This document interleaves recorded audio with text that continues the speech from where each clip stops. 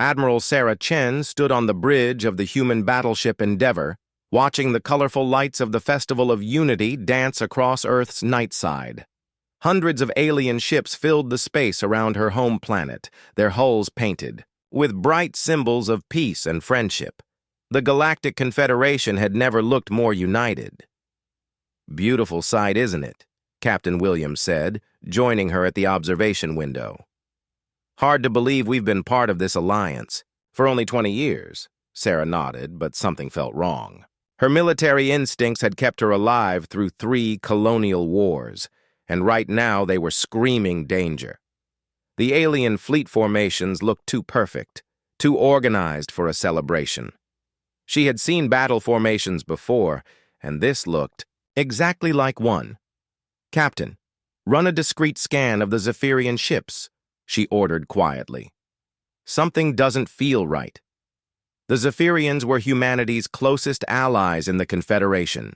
They had been the first to welcome humans into galactic society, sharing technology and offering friendship when Earth had barely figured out faster-than-light travel. Their blue-skinned, tall forms had become familiar sights on human worlds. Captain Williams frowned, but followed her orders. A few minutes later, his face went pale. "Admiral, the Zephyrian ships are showing massive energy buildups. Their weapons are charging." Sarah's blood turned to ice. "All human ships, this is Admiral Chen. Raise shields immediately and prepare for—" The first blast hit the Endeavour before she could finish her warning. The ship shook violently as Zephyrian plasma cannons tore through their shields like paper. Around Earth, the festival lights suddenly changed from celebration to war, as every alien ship opened fire on every human vessel. "This is impossible!" Williams shouted over the sound of alarms. "They're our allies!" But Sarah was already moving, her training taking over. "All human colonies, this is Fleet Command. We are under attack. Repeat, we are under attack by Confederation forces. This is not a drill." Through the bridge windows, she watched in horror as Earth's orbital defense platforms, built with alien technology and operated jointly with Confederation partners, turned their massive guns toward the planet's surface. The platforms they had trusted to protect their home were now preparing to destroy it. "Admiral, we're getting reports from all 47 human colonies," the communications officer reported, his voice shaking. "They're all under attack. Every single one." Sarah felt the bottom drop out of her world. This wasn't a local conflict or a misunderstanding. This was genocide. Planned, coordinated, total genocide. "Get me Captain Webb at Luna Colony," she ordered. Marcus Webb's face appeared on the screen, and Sarah could see explosions reflected in his eyes. Behind him, the lunar city was burning. "Sarah, thank God. We've got Trilaxian ground forces dropping everywhere. They're not taking prisoners." "Marcus, you need to evacuate everyone you can. This is bigger than Luna. They're hitting everyone, everywhere." "How is that possible? We've been allies for—" His transmission cut off as another explosion rocked. His command center. When the signal came back, Marcus was bleeding from a head wound. "Sarah, I'm getting reports that our own defense systems are being used against us. The aliens have override codes for everything we built together." Sarah closed her eyes for a moment. 20 years of friendship, of shared technology, of building a better future together. It had all been a lie. The Confederation hadn't just betrayed humanity. They had spent 2 decades preparing for this moment. "All human ships, fall back to emergency positions," she broadcast. "Use Protocol 7. Protocol 7 was something the human military had developed in secret against the day when they might need to fight alone again. Every human ship commander knew where to go. Hidden bases in asteroid fields, emergency supply caches, safe houses that no alien knew about. Sarah had hoped they would never need to use it. The Endeavour shook again as more enemy fire pounded their hull. Around them, human ships were dying. The civilian transport New Hope exploded in a ball of fire as Kelthari. Interceptors swarmed it. The research vessel Discovery tried to surrender, broadcasting a white flag signal, but the alien ships ignored it and blew it apart anyway. "Admiral, we need to go," Williams said. "The ship won't take much more of this." Sarah looked at Earth. One last time. The orbital platforms were firing now, sending streams of energy down to the planet's surface. She could see the lights of cities going dark one by one. 12 billion people lived on Earth. How many would be alive in an hour? "Set course for Rally Point Alpha," she ordered. "Maximum speed." As the Endeavour limped away from Earth, Sarah opened a channel to all surviving human forces. She had never given a speech like this before, and she hoped she would never have to again. "This is Admiral Sarah Chen to all human military and civilian personnel. As of today, the Galactic Confederation has declared war on humanity. They have attacked our colonies, our ships, and our homeworld without warning or provocation. Early reports suggest casualties in the billions." She paused, trying to keep her voice steady. "We are alone now. We have no allies, no friends among the stars. Every alien species that welcomed us, that shared technology with us, that called us brothers and sisters. They all knew this day was coming. They planned it together." The communication officer held up his hand. They were getting responses from human forces across the galaxy. Not many, but some had survived the initial attack. "We are implementing the Never Again protocol as of now. All human forces will operate under complete communication silence. Trust no alien, no matter what they claim. Accept no surrenders, give no quarter, show no mercy. They chose to make this a war of extinction." Sarah's voice hardened. "But they made one mistake. They didn't finish the job. Some of us are still alive and we remember everything. We remember our dead children, our burning worlds, our murdered families. And we will teach the galaxy what happens when you try to exterminate humanity." She closed the channel and turned to her crew. "Take us to the asteroid belt. We need to find the other survivors and figure out how many of us are left." Over the next few hours, the reports came in. Earth was gone, not destroyed, but conquered. The aliens had stopped bombing once they were sure all military resistance was eliminated. They wanted the planet intact. Luna Colony had fallen, but Captain Webb had managed to evacuate nearly 1 million civilians before the end. Of the 47 human colonies, only 12 had any survivors. Most had been completely wiped out. The alien attack had been perfectly coordinated. They struck every human settlement at exactly the same time, using their superior technology and their knowledge of human defenses. "How many?" Sarah asked her intelligence officer. "Best estimate? Admiral, out of 15 billion humans in the galaxy, maybe 100 million survived. Most of those are in space, on ships, or isolated outposts. The colonies that survived did so because they were too remote or too small to be priority targets." Sarah sat in her command chair and tried to process the numbers. They had lost 99% of their people in a single day. Earth, humanity's birth world, was occupied by aliens who had pretended to be their friends for 20 years. "Admiral," the communications officer said quietly, "we're getting messages from some of the alien governments. They're claiming this was necessary for galactic peace. They say humanity was expanding too fast, taking too many resources. They call it pest control." Sarah stood up slowly. Around her, the bridge crew was looking at her with desperate eyes. They needed orders, direction, hope.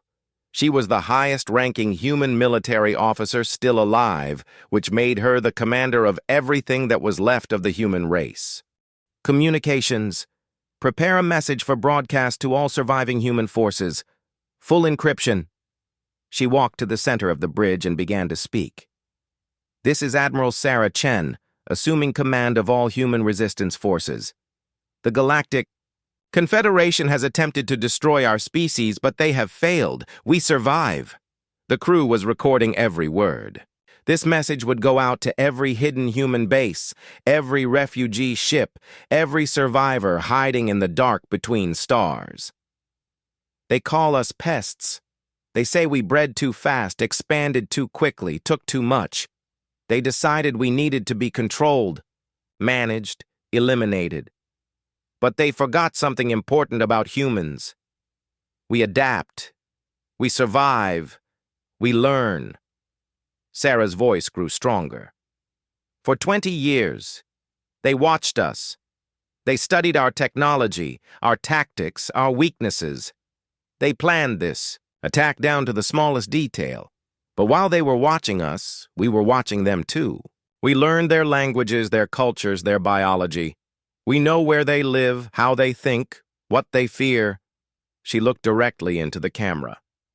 The war they started today will not end with humanity's extinction. It will end with them, begging for mercy they will never receive.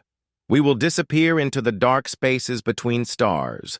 We will become ghosts that haunt their nightmares. And one day, when they think they are safe, we will remind them why you should never leave survivors when you try to destroy the human race. The message went out to 97 surviving human ships scattered across the galaxy. Most were damaged, all were outnumbered, and every one of them was carrying refugees who had lost everything. But they were alive, and as long as humans remained alive, the galaxy would never be safe from what they had created through their betrayal. Admiral Sarah Chen looked out at the stars and smiled for the first time since the attack began. The aliens thought they had won. They thought humanity was finished. They were about to learn how wrong they were. 5 years had passed since the day the stars turned cold. Dr. Elena Vasquez floated in the zero-gravity lab of Research Station Phantom, deep in the Horsehead Nebula, where no alien would think to look. The station was one of dozens of hidden bases that humanity had built in the dark spaces between stars. Elena was not the same woman who had been studying alien biology on New Geneva Colony when the attack came. The cheerful scientist who had believed in peace and cooperation was gone, replaced by someone harder, colder, and far more dangerous. She had spent 5 years learning everything there was to know about the species that had tried to murder her people. "Doctor, we have another specimen," her assistant Tom said, pushing a containment unit into the lab. Inside was a Zephyrian traitor they had captured from a merchant ship. The blue-skinned alien was unconscious, but alive. Good. Strap him to the examination table. I want to test the new nerve agent. Elena had given up trying to save alien lives. Now she focused on ending them as efficiently as possible. Every test brought her closer to weapons that could kill specific alien species while leaving humans untouched. It was slow work, but she was patient. Humanity had learned patience in the last 5 years. Across the galaxy, Captain Marcus Webb was learning patience too.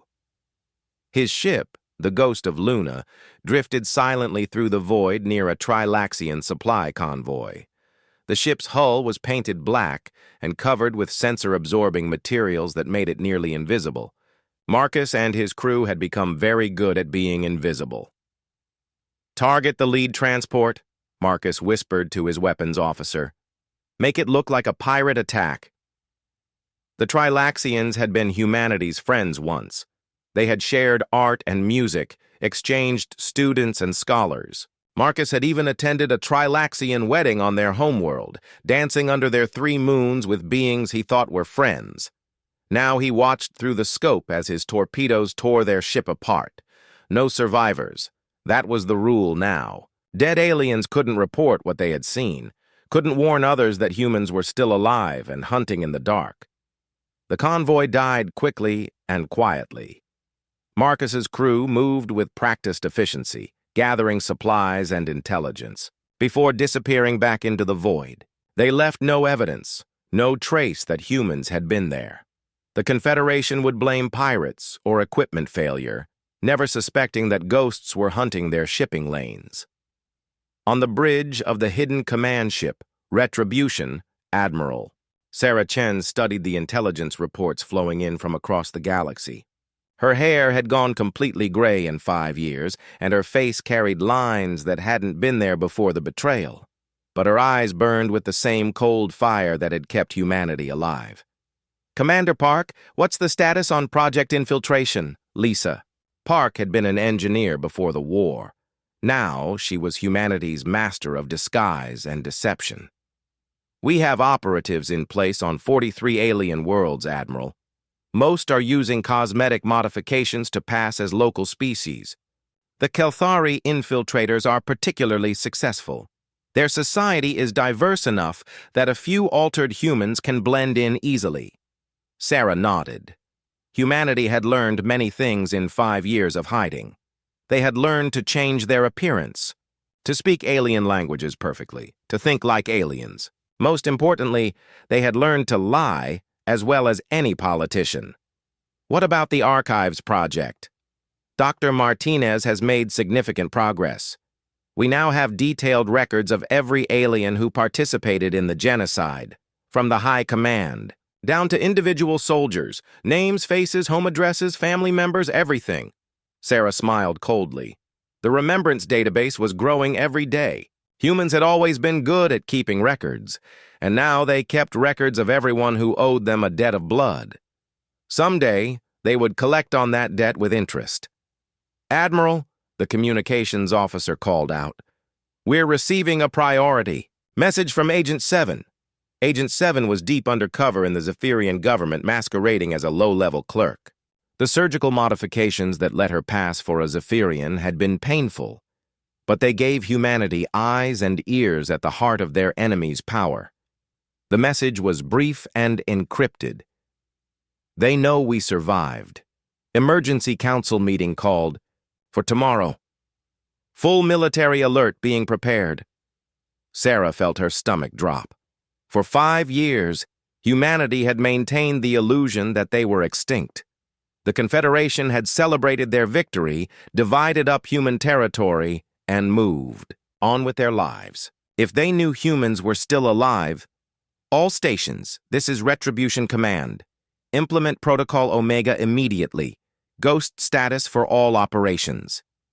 Protocol Omega meant complete communication silence and maximum stealth. Every human base would go dark. Every ship would hide. Every operation would cease. It was the protocol they used when discovery meant extinction. But Sarah had expected this day to come eventually. Humans were too active, too aggressive in their hidden war for it to remain secret forever. The question was, what would they do about it? The answer came 3 days later, when Admiral Sarah Chen called a meeting of all surviving human commanders. They gathered in the Retribution's main conference room, or rather, their holograms did. The commanders themselves remained hidden on their own ships scattered across the galaxy. Marcus Webb's image flickered into view first, followed by Dr. Vasquez, Commander Park, and dozens of others. These were the leaders of humanity's remnant, the men and women who had kept their species alive when the galaxy had tried to murder them. "They know we're alive," Sarah said without preamble. "Our intelligence suggests they're preparing another extermination campaign. This time, they won't make the mistake of leaving survivors." Dr. Vasquez spoke first. "How long do we have?" "Unknown. Maybe months, maybe weeks. But we can't stay hidden forever, and we can't run forever. We need to make a choice." Commander Park leaned forward. "What kind of choice?" Sarah looked at each face in turn. These people had lost everything: families, homes, entire worlds. They had spent 5 years living like ghosts, striking from the shadows, never able to rest or feel safe. She was about to ask them to risk the last remnant of humanity on a single desperate gamble. We can keep hiding, keep running, until they finally hunt us down and finish what they started. Or we can do something they'll never expect. "Which is?" Marcus asked. "We stop hiding. We start the real war." The room fell silent. For 5 years, they had fought a shadow war, picking off isolated targets and gathering intelligence. But a real war meant revealing themselves, showing the galaxy that humanity had not only survived, but grown stronger. Our numbers are still tiny compared to theirs, Dr. Vasquez pointed out. They have thousands of worlds, billions of soldiers, fleets that could darken the sky. But they also have something they didn't have 5 years ago, Sarah replied. They have fear. Our shadow war has been more successful than they want to admit. Ships disappearing, colonies going silent, leaders vanishing in the night. They're starting to look over their shoulders. She activated a holographic display showing intelligence reports from across the galaxy. The Confederation isn't as united as it was 5 years ago. Some species are questioning whether the genocide was necessary. Others are worried they might be next. Trust is breaking down. Marcus studied the data. You want to exploit their divisions. I want to do more than that. I want to show them what happens when you try to exterminate the human race and fail. Sarah stood up, and her hologram flickered slightly. 5 years ago, they called us pests. They said we needed to be controlled, managed, eliminated. But pests have a way of adapting, don't they? They evolve resistance to whatever tries to kill them. She looked around the room at the faces of humanity's survivors. We've spent 5 years learning their weaknesses, their fears, their secrets. We know things about them that they don't know about each other. We've become something they never expected us to become. What's that? Dr. Vasquez asked. Perfect predators. The vote was unanimous. Humanity would stop hiding and start hunting. But first, they needed to send a message.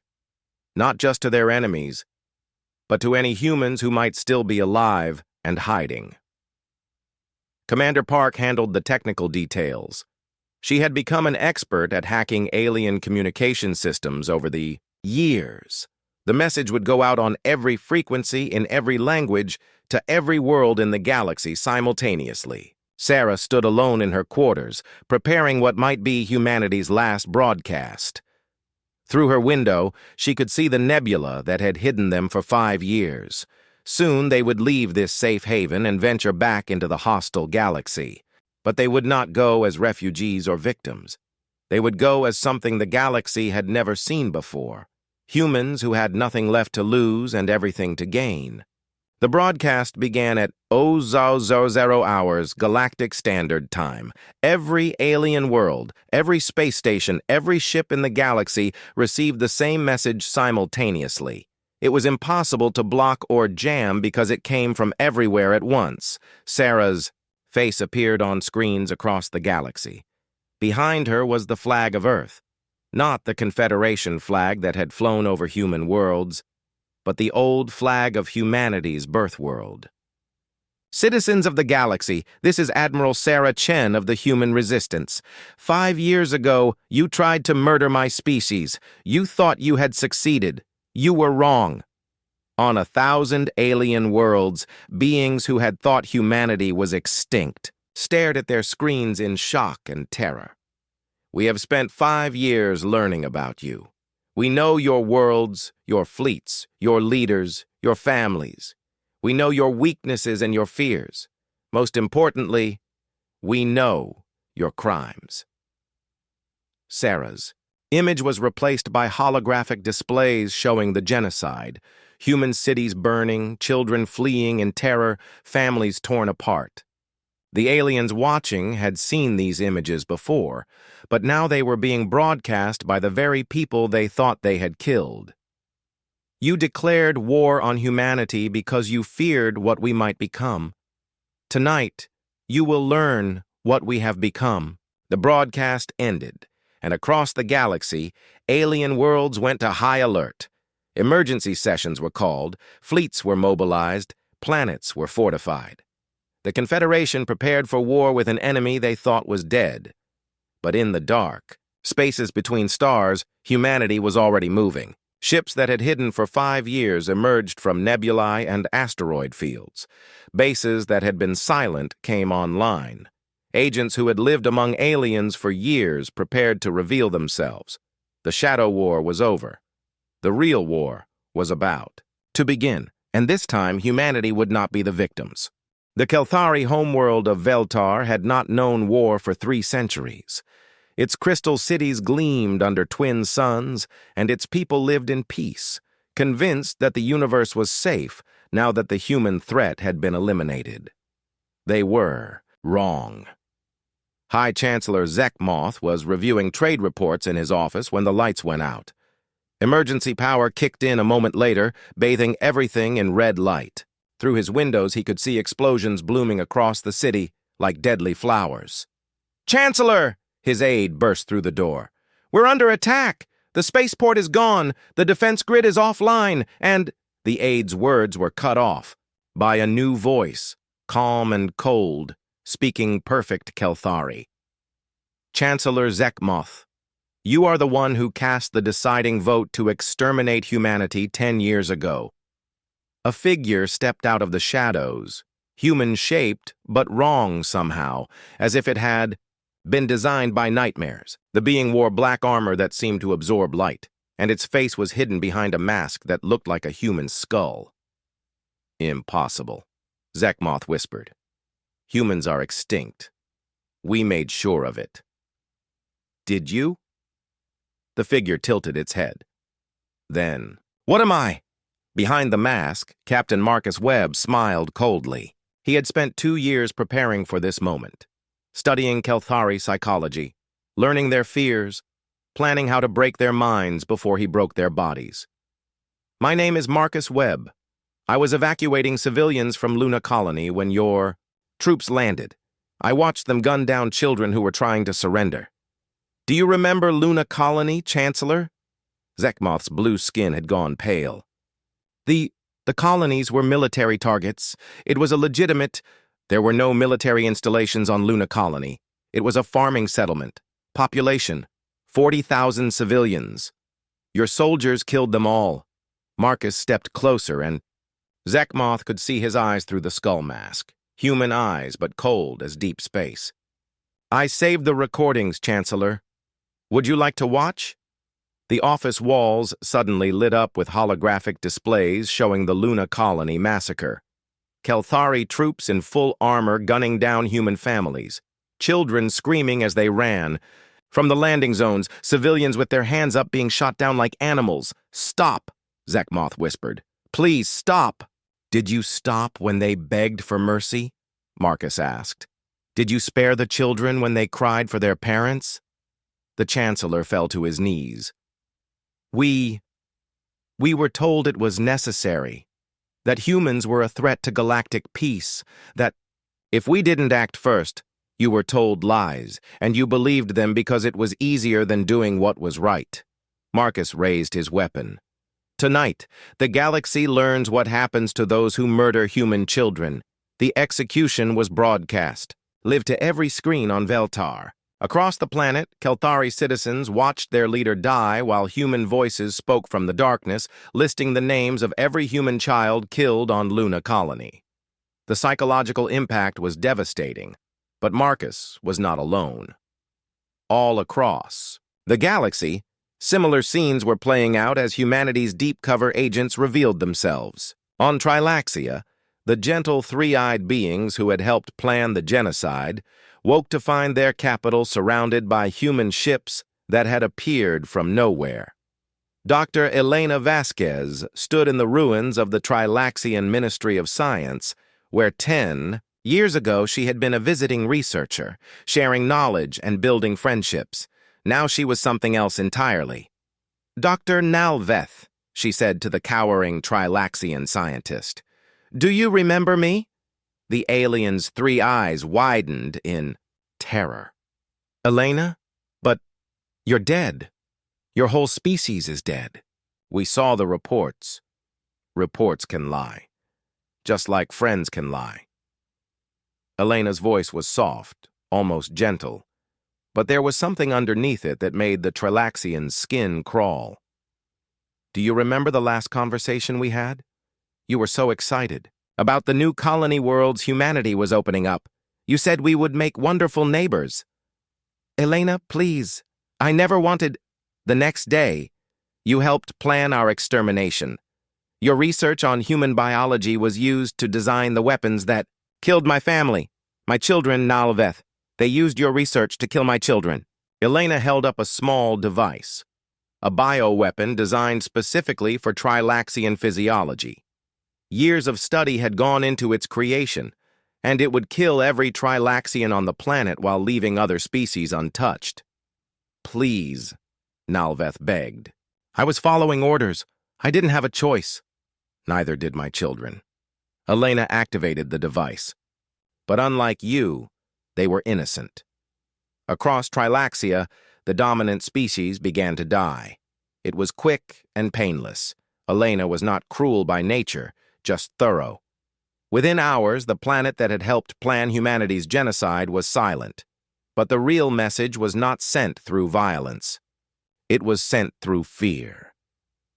On Zephyria, the species that had been humanity's closest allies and greatest betrayers woke to find holographic projections floating above every major city. The projections showed human faces, not the faces of soldiers or leaders, but of ordinary people. Men, women, children, elderly, all looking directly at the camera. My name was Sarah Martinez, one projection said. I was 7 years old when you killed me on New Geneva Colony. I liked to draw pictures of your people. I thought you were beautiful. Another face appeared. My name was Chen Wei. I was a teacher on Armstrong Station. I taught your children our language because I believed in building bridges between our species. Thousands of faces, thousands of names, thousands of stories. The projections spoke in perfect Zephyrian, telling the aliens exactly who they had murdered and why each life had mattered. It went on for hours.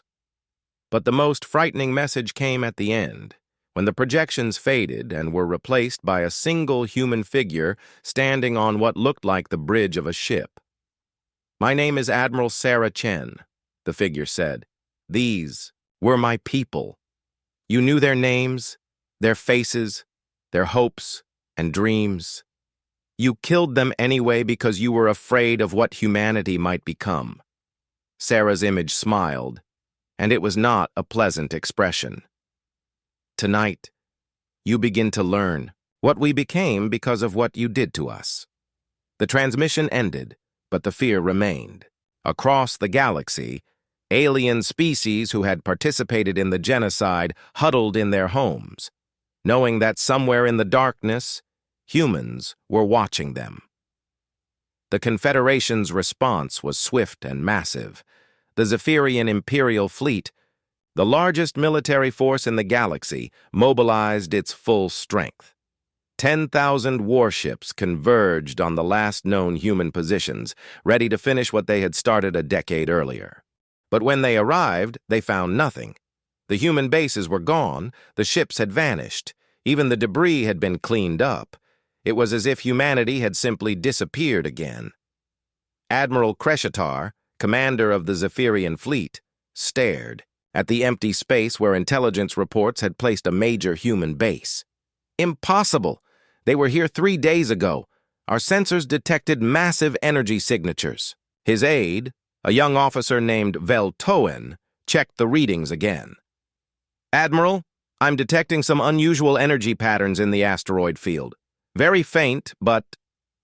Veltoen's words were cut off as the asteroids around them suddenly lit up with weapon fire. They were not asteroids at all, but human ships disguised with holographic projectors and sensor scramblers. The trap was perfect. The Zephyrian fleet found itself surrounded by an enemy they could barely see. Human ships phased in and out of visibility, striking with precision and vanishing before return fire could find them. The aliens' superior numbers meant nothing when they could not target their enemies. All ships, evasive maneuvers! Admiral Kreshatar ordered, focus fire on... His command ship exploded as a human torpedo, invisible to Zephyrian sensors, tore through its hull. The flagship's destruction sent shockwaves through the alien fleet, both literal and psychological. On the human command ship Retribution, Admiral Sarah Chen watched the battle unfold with cold satisfaction. Her people had spent 10 years learning alien tactics, studying their technology, finding their weaknesses. The Zephyrians were fighting the war they expected, massive fleets in open space, superior firepower deciding the outcome. But humans were fighting a different war entirely. "All units, implement Phase 2, Sarah ordered. Across the battlefield, human ships that had been thought destroyed suddenly came back online. They had not been destroyed at all, but had been using advanced holographic systems to fake their deaths while drifting closer to alien vessels. The dead human ships opened fire at point-blank range, crippling their targets before vanishing. Again. "Admiral," her tactical officer reported, "enemy fleet strength is down 60%. They're beginning to break formation." Sarah nodded. The Zephyrians were brave fighters, but they were not prepared for an enemy that refused to follow. The rules of war they understood. Humans had learned to fight dirty during their years in hiding, and they fought like their survival depended on it. Because it did. The battle lasted 6 hours. When it was over, the largest military fleet in galactic history had been reduced to scattered debris and fleeing survivors. The few Zephyrian ships that escaped carried a message that would shake the Confederation to its core. Humanity was not just alive, they were stronger than ever. But the real victory was not military, it was psychological. Commander Lisa Park, monitoring alien communications from her hidden base, smiled as she listened to the panic spreading across the galaxy. "Admiral, I'm intercepting communications from 47 different species. They're all demanding emergency sessions, military buildups, anything to protect themselves from us." "Good," Sarah replied. "Fear is our greatest weapon now. Let them know we're coming, but not when or where or how. Let them spend their resources looking over their shoulders instead of expanding their territories." The first phase of humanity's return was complete. They had announced their survival, demonstrated their capabilities, and planted the seeds of fear in alien hearts across the galaxy. But Sarah knew this was only the beginning. The aliens would adapt, just as humans had adapted. They would find new ways to fight, new weapons to use, new strategies to employ. The question was, would it be enough to stop what humanity had become? Looking out at the stars where her enemies lived, Admiral Sarah Chen thought probably not. 15 years after the betrayal, the galaxy burned. The Confederation's member species had learned to fear the dark between stars, where human ships hunted like prehistoric predators stalking their prey. No alien vessel traveled alone anymore. No planet slept peacefully. And still, humanity's numbers grew. On the hidden world of Haven, deep in uncharted space, Dr. Elena Vasquez stood before a massive cloning facility that stretched to the horizon. Thousands of growth tanks bubbled with life, each one containing a human infant designed for a specific purpose. Some would be soldiers, others scientists, still others spies capable of infiltrating any alien society. "Production report, Doctor?" asked her assistant, a woman whose original name had been lost along with her homeworld. "We're at 300 million now," Elena replied, watching the newest batch of humanity's children develop in their artificial wombs. Each one faster, stronger, and smarter than baseline humans, each one designed to survive in environments that would kill our ancestors. Elena had long ago stopped questioning the ethics of what she was doing. Ethics were a luxury for species that were not fighting for survival. The aliens had tried to exterminate humanity, so humanity would become something impossible to exterminate. "The new batch of deep space variants is ready for deployment," her assistant continued. "They can survive in hard vacuum for up to 6 hours and see across 16 different spectrums of light." "Good. Captain Webb's ghost fleets need crews that can fight in the void itself." Elena moved to another section where the psychological modification chambers hummed with activity. These contained adult volunteers, the original survivors from the betrayal, now being enhanced with cybernetic implants and genetic modifications that pushed the boundaries of what it meant to be human. Some could no longer pass for the species they had been born as. Others had been so extensively modified that they were barely recognizable as Earth-born humans. But they were all still human where it mattered, in their memories of what had been done to their people, and in their determination to make the galaxy pay for it. Captain Marcus Webb was one of those who had changed the most. Standing in the command center of his flagship Nightmare, he no longer looked entirely human. His eyes had been replaced with cybernetic implants that could see through hull plating and detect life signs from kilometers away. His bones had been reinforced with alien metals, and his nervous system had been enhanced with quantum processors. That let him think and react faster than any biological being. "Ghost Fleet Alpha is in position," he reported to Admiral Chen. "We have the Kelthari homeworld surrounded. They don't know we're here." "Proceed with the demonstration." Sarah's voice came back across the quantum communicator. Marcus smiled, though the expression was hidden behind his skull-faced mask. The Kelthari had been among the most enthusiastic supporters of humanity's genocide. Tonight, they would learn what that enthusiasm had cost them. "All ships, activate terror protocols," he ordered. Around the Kelthari homeworld, space itself seemed to come alive with malevolent purpose. Human ships that had been invisible suddenly flickered into view like ghosts materializing from Nightmare. They did not attack immediately. Instead, they simply waited, letting the aliens see them and understand what was about to happen. On the planet's surface, Chancellor Keshimara, the successor to the leader Marcus had executed years earlier, stared at the tactical displays in growing horror. "How many ships?" "We count over 2,000, Chancellor," his military advisor replied. "All human designs, but different, enhanced. Some of them are larger than our dreadnoughts."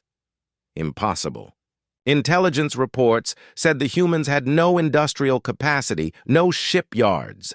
The transmission came in on all frequencies simultaneously, cutting off the Chancellor's words. Marcus Webb's masked face appeared on every screen on the planet, his cybernetic eyes glowing like stars in the darkness of space. "People of Veltar," he said in perfect Kelthari. 15 years ago, your predecessor voted to exterminate the human race. Your soldiers carried out that order with enthusiasm. You celebrated our supposed death." The Chancellor stepped forward. "We can negotiate." "There will be no negotiation," Marcus continued as if he had not spoken. "No surrender, no mercy. You chose to fight a war of extinction. Tonight, you learn what extinction looks like." The human fleet opened fire. But this was not the clean destruction of military combat. The humans had learned psychological warfare from masters, themselves, honed by years of loss and rage. The bombardment was precise, targeted, designed to create maximum terror rather than maximum casualties. First, they destroyed every military installation while leaving civilian areas untouched. The message was clear: your soldiers cannot protect you. Then they began hitting infrastructure, power, plants, communication centers, transportation hubs, not to kill but to isolate and terrify. The final phase was the most disturbing. Human dropships landed in the capital city, and from them emerged beings that had once been human but were now something else entirely. The Nightmare Corps, Elena's most extreme creations, were designed specifically for psychological warfare. They looked almost human, but wrong in subtle ways that triggered primal fears in alien minds. Their movements were too fluid, their voices too calm, their smiles too wide. They spoke every alien language perfectly and knew things about Kelthari culture that no outsider should know. "Do not be afraid," one of them told a group of cowering civilians. "We are not here to kill you. We are here to teach you something." The being's voice was gentle, almost kind, but there was something underneath it that made the alien's skin crawl. 15 years ago, you made a choice. You decided that humanity was too dangerous to be allowed to exist. You were correct. Chancellor Keshimara was dragged before the cameras, forced to broadcast to his entire world and beyond. A creature that had once been human, but was now something from nightmares, held him gently but firmly. "Tell your people what you learned." "Today, Chancellor," the creature said. We... Keshmara struggled to find words. "We were wrong. Humanity should never have been attacked. Please, we surrender." "Surrender?" The creature tilted its head. "But Chancellor, this is not a war. Wars are fought between equals. This is pest control. You taught us the term." The broadcast went out across the galaxy, showing the complete helplessness of one of the Confederation's founding species against humanity's evolved children. The psychological impact was devastating. But the real war was being fought on 1,000 fronts simultaneously. Commander Lisa Park, now more machine than woman, stood in the control room of a captured Zephyrian command station. Around her, human infiltrators who had spent years embedded in alien societies were revealing themselves and seizing control of critical infrastructure. "Status report," she ordered, her voice carrying across quantum communicators to agents throughout the galaxy. "Trilaxian defense grid is under our control," reported Agent 12 from the Trilaxian homeworld. "We've been their primary technicians for 8 years. They never suspected." "Zephyrian communication networks are compromised," came another. "Report. We control 70% of their data flow." "Excellent." Lisa smiled, her cybernetic implants glowing softly in the dim light. "Begin Phase 3. Across the galaxy, the carefully constructed unity of the Galactic Confederation began to crumble.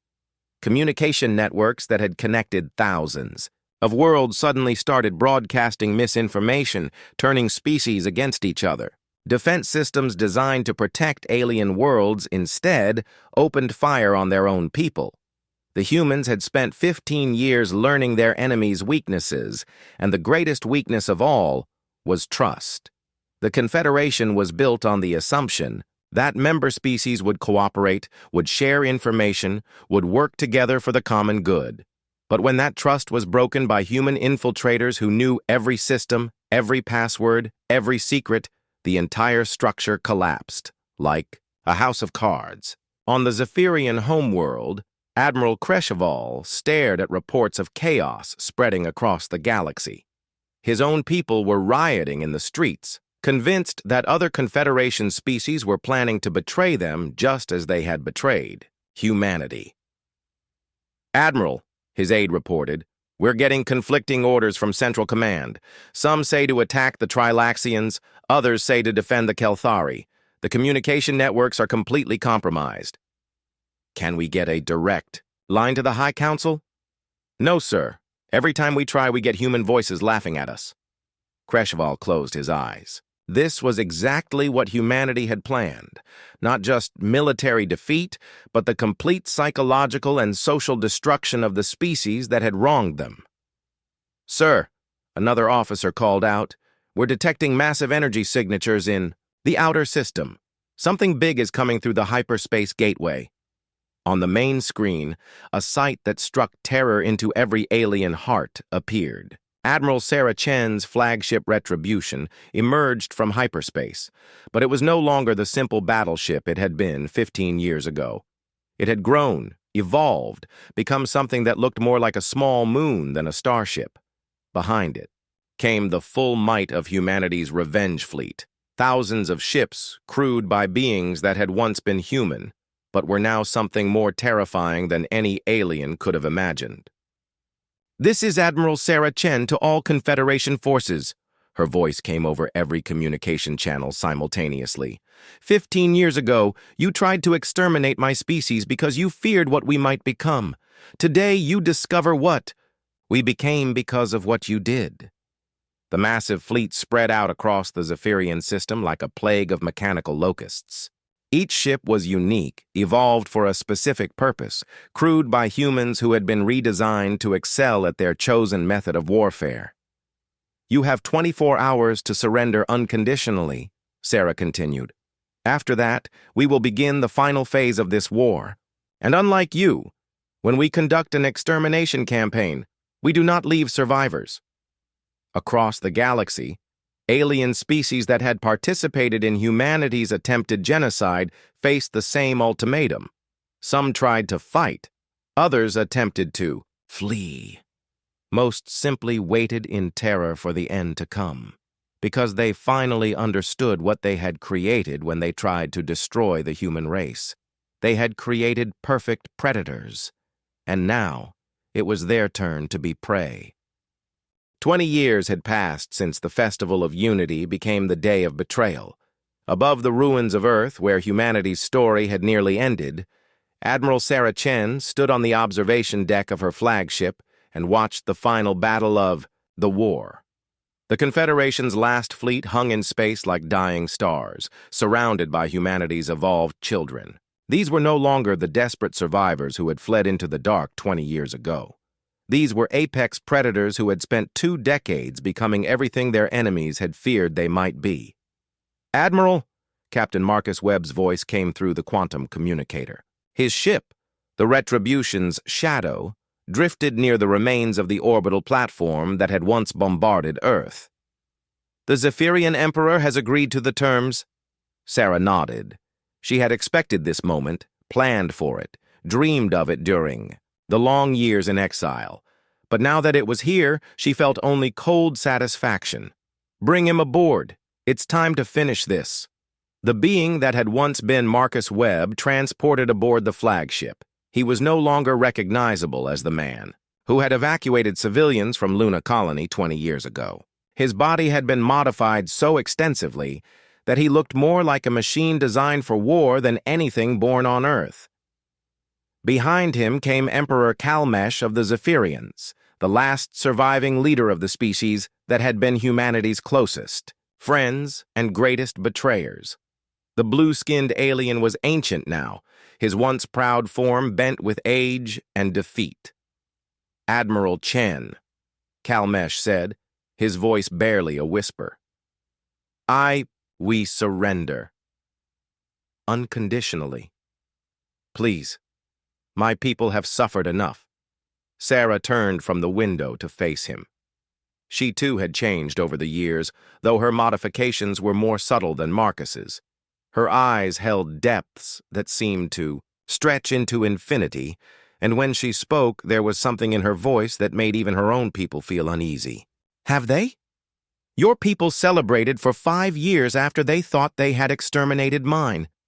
They divided up our worlds, settled our colonies, forgot we had ever existed. How much is enough suffering for genocide, Emperor?" "We were wrong," Kalmesh said, falling to his knees. "Terribly, horribly wrong. But please, my grandchildren had nothing to do with the betrayal. They were not even born when—" "Neither were mine," Sarah interrupted, "because your people murdered them before they could be born." She walked to a control panel and activated a holographic display. Images filled the air around them. Scenes from 20 years of war. Human colonies burning, civilian transports exploding, children screaming as alien soldiers gunned them down. "This is what your people did to mine," Sarah said. "And this is what mine became because of it." The images changed, showing humanity's transformation. The hidden bases where survivors had lived like ghosts. The laboratories where Dr. Elena Vasquez had created new forms of human life designed for war. The factories where beings that had once been peaceful explorers had built fleets of nightmare ships. We adapted, Emperor. We evolved. We became exactly what you feared we might become, and then we became something worse. Kalmesh stared at the images in horror. "What? What are you going to do to us?" Sarah smiled, and it was not an expression that belonged on a human face anymore. "We are going to give you exactly what you gave us, a choice." She gestured, and the holographic display changed again. Now it showed a map of the galaxy, with thousands of worlds marked in different colors. The red worlds are those whose species participated actively in our genocide, Sarah explained. The yellow worlds are those who supported it or benefited from it. The green worlds are those who were neutral or opposed it. Calmesh looked at the map and felt his heart sink. Most of the galaxy was red or yellow. The green worlds will be placed under human protection, Sarah continued. They will become part of our empire, but they will be allowed to govern themselves and maintain their cultures. They chose not to participate in genocide, so they will be rewarded for that choice. And the others? The yellow worlds have a choice. They can submit to human rule and accept whatever punishment we deem appropriate, or they can fight and face total extinction. Most have chosen submission. Sarah's smile grew wider, showing teeth that were too sharp to be entirely human. The red worlds get no choice at all. You can't mean total extermination. Every man, woman, and child of every species that actively participated in trying to murder the human race will be eliminated. Completely. Permanently. Just as you tried to do to us. Calmesh collapsed completely, his strength leaving him. Please, there must be another way. Some form of justice that doesn't require... There is no other way. Marcus spoke for the first time, his voice carrying electronic harmonics that hurt alien ears. You taught us that when you decided genocide was an acceptable solution to your fears. We learned the lesson well. Sarah nodded. Captain Webb is correct. 20 years ago, you had a choice. You could have tried diplomacy, trade restrictions, even conventional warfare. Instead, you chose to attempt the complete elimination of our species. Now we will complete what you started.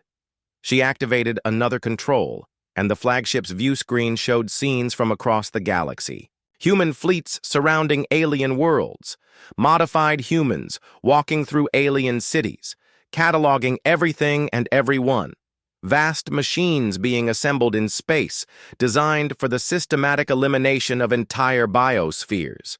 The process will take approximately 6 months, Sarah said clinically.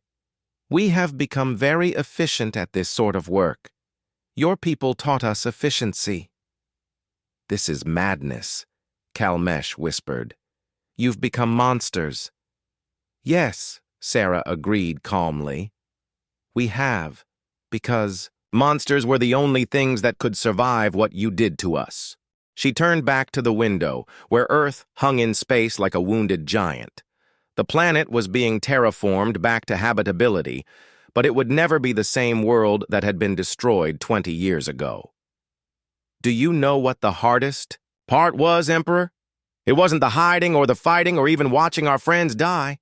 It was remembering who we used to be. Sarah's reflection in the window showed eyes that held no mercy, no warmth, no trace of the woman who had once believed in galactic friendship. We used to be explorers, dreamers, builders. We wanted to join your community, to share knowledge and culture to make the galaxy a better place for everyone. You still could... No. Sarah's voice cut through his words like a blade. That species died with Earth. What stands before you now is what grew from its ashes. We are humanity's, vengeance given form and purpose. Marcus stepped forward. Admiral, the final tallies are in. Zephyrian military capacity is at 0%. Civilian population centers are secured. Industrial facilities are under our control. Resistance? Minimal. Most are too terrified to fight. The few who try are eliminated quickly. Sarah nodded. Begin the cleansing protocols.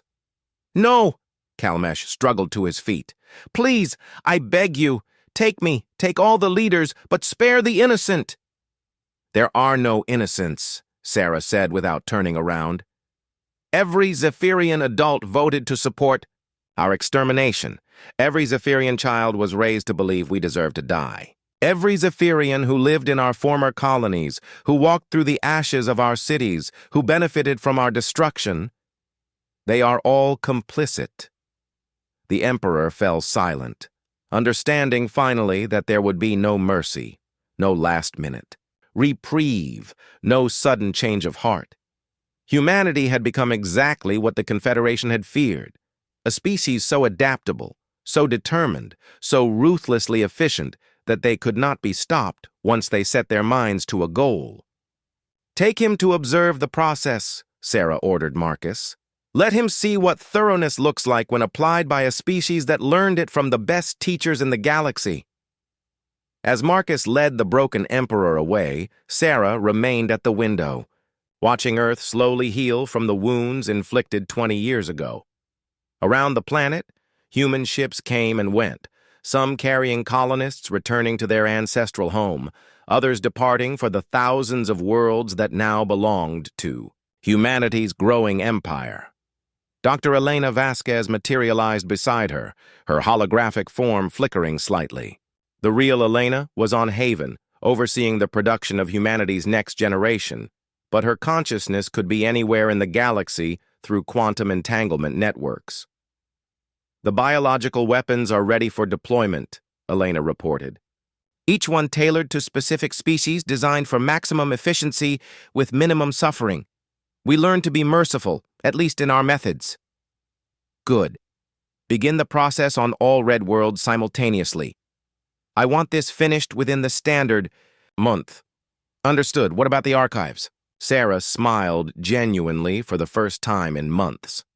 "Preserve everything. Every language, every artwork, every piece of music, every scientific discovery. We may be apex predators now, but we are still human enough to appreciate beauty." Elena's hologram nodded. "The irony is not lost on me. We are committing genocide to preserve the memory of genocide. History is written by the survivors, Elena. We survived. They did not. The story the galaxy tells will be our story." Commander Lisa Park's voice joined the conversation through the quantum network. "Admiral, I'm receiving surrender offers from 17 more species. They're offering tribute, hostages, anything we want. Accept the surrenders from species that were not directly involved in the betrayal. Everyone else continues according to plan." "What about the humans who object?" "To the extermination protocols?" Lisa asked. "We have several thousand who want to spare civilian populations." Sarah was quiet for a moment. In the 20 years since the betrayal, humanity had grown and evolved, but not all humans had become the same thing. Some retained more of their original nature, still believing in mercy and redemption. "Transfer them to the exploration fleets heading for Andromeda," she decided. "Let them carry the better parts of humanity to new galaxies where there are no genocidal neighbors to teach us cruelty." "And the rest of us?" Sarah looked out at the galaxy that had tried to murder her species and was now learning what happened when you failed to kill apex predators. "We finish what they started. We remake this galaxy in our image, and we ensure that no one ever again makes the mistake of trying to exterminate the human race." 6 months later, the cleansing was complete. Of the 23 species that had made up the Galactic Confederation, 7 survived as human vassals, 3 had fled to other galaxies, and 13 were extinct. Humanity now ruled over 4,700 worlds, with a population that had grown to over 1 billion through cloning, genetic engineering, and rescued survivors from hidden colonies. They were no longer the species that had joined the Confederation with hopes of friendship and cooperation. They were something new, something that had never existed before in the galaxy's history. They were humanity ascendant, forged in the fires of betrayal and shaped by 20 years of evolution into perfect survivors. And in the dark spaces between stars, human ships prepared for journeys to other galaxies, carrying with them the lessons they had learned about trust, survival, and the price of trying to destroy the human race. The war was over. Humanity had won. But the real question was, what would they become next?